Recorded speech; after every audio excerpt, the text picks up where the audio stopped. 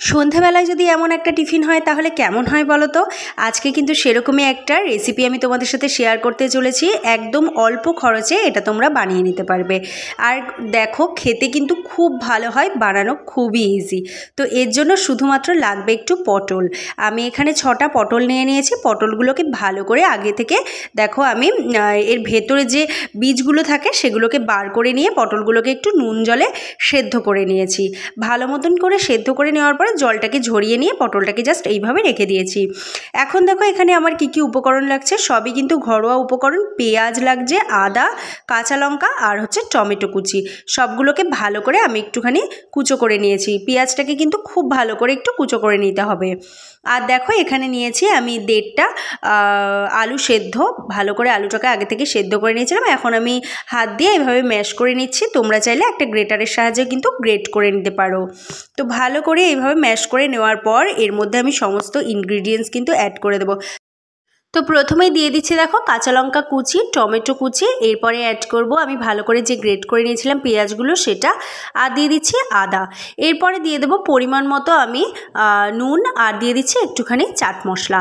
ভালো করে এবারে কিন্তু এটাকে একটু মিক্সড করে নিতে হবে। তোমরা চাইলে চামচ বা হাতের সাহায্যে যেভাবেই হোক মিক্সড করে নিতে পারো।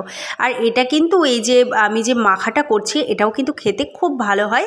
এটা যখন পটলের ভেতরে এই পুরটা ঢোকাবে তখন কিন্তু সত্যি খুব ভালো লাগে খেতে। আর এতটাই টেস্টি হয় যে মনে হবে দোকানের থেকেও কিন্তু অনেক ভালো। তো খুব ভালো করে কিন্তু এটাকে মিক্সড করে নেওয়া হয়ে গেছে। এখন এই পুরটাকে আমি পটলের মধ্যে দিয়ে দিচ্ছি। তো দেখো আমি একটা পটল এখানে নিয়ে নিয়েছি, আর পটলের ভেতরে কিন্তু একটু চেপে চেপে এই পুরগুলোকে বসিয়ে দিচ্ছি যাতে ভেতর থেকে পুরটা না বেরিয়ে যায়। তো এইভাবে কিন্তু চেপে চেপে বসালে আর বেরোবে না, আর খেতেও কিন্তু অনেক ভালো লাগবে। তো ফাইনালি দেখো আমার কিন্তু সবগুলো বানিয়ে নেওয়া হয়ে গেছে। খুব সুন্দর লাগছে দেখো দেখতে। এখনই ভাজার পর কিন্তু আরও বেশি ভালো লাগবে। তো এবারে চলো এগুলোকে একটুখানি তেলে ফ্রাই করে নেওয়া যাক। তো এগুলোকে ফ্রাই করে নেওয়ার জন্য আমি এখানে 2টো ডিম নিয়েছি। ডিম দুটোকে নেওয়ার পর এখানে দেখো একটু নুন আর লঙ্কার গুঁড়ো দিয়ে এটাকে ফেটিয়ে নিচ্ছি। খুব ভালো করে কিন্তু ডিমটাকে ফেটিয়ে নিতে হবে যাতে লঙ্কার গুঁড়ো আর নুনটা ভালো করে এর মধ্যে মিক্সড হয়ে যায়। তো এরপর একদম ইজি পদ্ধতি, দেখো ডিমের গোলাটার মধ্যে আমি পটলটাকে এইভাবে ডুবিয়ে নিয়ে জাস্ট তেলের ওপরে ছেড়ে দেবো। তোমরা চাইলে কিন্তু এখানে ব্রেড ক্রাম্বস বা বিস্কুটের গুঁড়ো দিয়ে একটুখানি কোটিং করে নিতে পারো। আমি এখানে কিন্তু প্লেন এটা দিয়েই করছি। তো এইভাবে ডিমের গোলার মধ্যে ডুবিয়ে নেওয়ার পর কিন্তু তেলের মধ্যে ছেড়ে দিলে আমাদের এটা ভেজে নিলেই কিন্তু রেসিপি একদম কমপ্লিট হয়ে যাবে।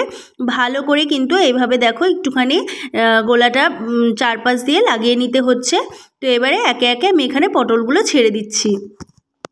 তবে এগুলো ভাজার সময় কিন্তু অবশ্যই খেয়াল রাখবে মিডিয়াম টু লো ফ্লেমে এগুলোকে ভাজতে হবে, নয় কিন্তু ভালো মতন ভাজাটা হবে না। তো এর জন্যে দেখো আমি এখানে মোটামুটি এটাকে 5 মিনিট মতো একটা সাইড একটু ভেজে নিয়েছি, আর এবারে অন্য সাইডটাকে ভাজার জন্য উল্টে পাল্টে দিচ্ছি। তো ভালো করে আমার ফ্রাই করে নেওয়া হয়ে গেছে পটলগুলো, আর আমি দেখো একদম নামানোর আগে দিয়ে একটুখানি চারপাশ দিয়ে ডিমের গোলাটা দিয়ে দিচ্ছি যাতে পেছনের সাইডগুলোতেও কিন্তু ভালো করে ডিমটা যায়। আর সেই জন্য দেখো এইভাবে চারপাশ দিয়ে ডিমের গোলাটা আমি দিয়ে দিচ্ছি। তো ব্যাস এরপর আর কিছুই না, ডিমটা ভালো করে ফ্রাই হয়ে গেলে এভাবে আরও একটুখানি টাইমের জন্য উল্টে পাল্টে নিলেই কিন্তু রেসিপি একদম রেডি। তো ফাইনালি দেখো এটা খুব ভালো করে আমার ফ্রাই করে নেওয়া হয়ে গেছে। একদম কিন্তু ভালোভাবে ডিম দিয়ে ভেজে নিয়েছি। খেতে কিন্তু অসাধারণ লাগে। তোমরা অবশ্যই কিন্তু এটা একবার হলেও ট্রাই করো। আর এখন আমার এগুলো ভেজে নেওয়া হয়ে গেছে বলে আমি এগুলোকে কিন্তু কড়া থেকে নামিয়ে নিচ্ছি।